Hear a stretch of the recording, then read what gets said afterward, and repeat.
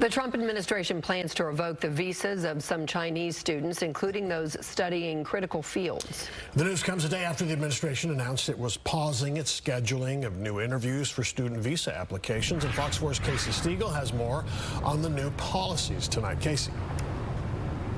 Yeah, Steve, Heather, good evening. We reached out to the North Texas universities that have been primarily impacted by this recent international student visa issues, but we got no response. The State Department maintains that this is necessary to make sure that all international students are properly vetted before they come into the United States. Critics, however, say it goes too far.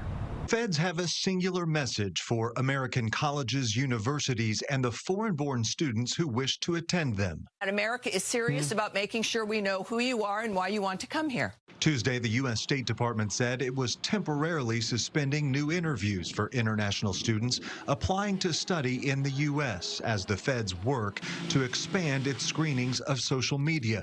According to the administration, it's to combat anti-Semitism, censorship, and anti-American speech.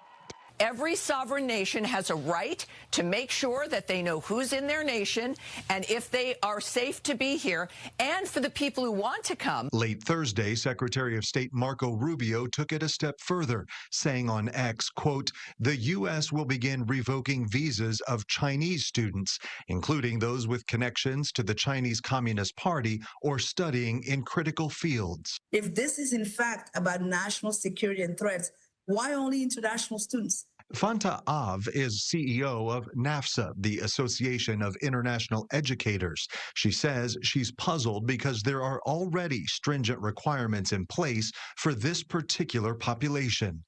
There were lots of measures that were taken by the government as it relates to consular affairs and the vetting of folks coming into the United States as a result of 9/11 to ensure that those who were coming into the United States were coming in and were not a national threat. Harvard University has been at the center of numerous conflicts with the White House.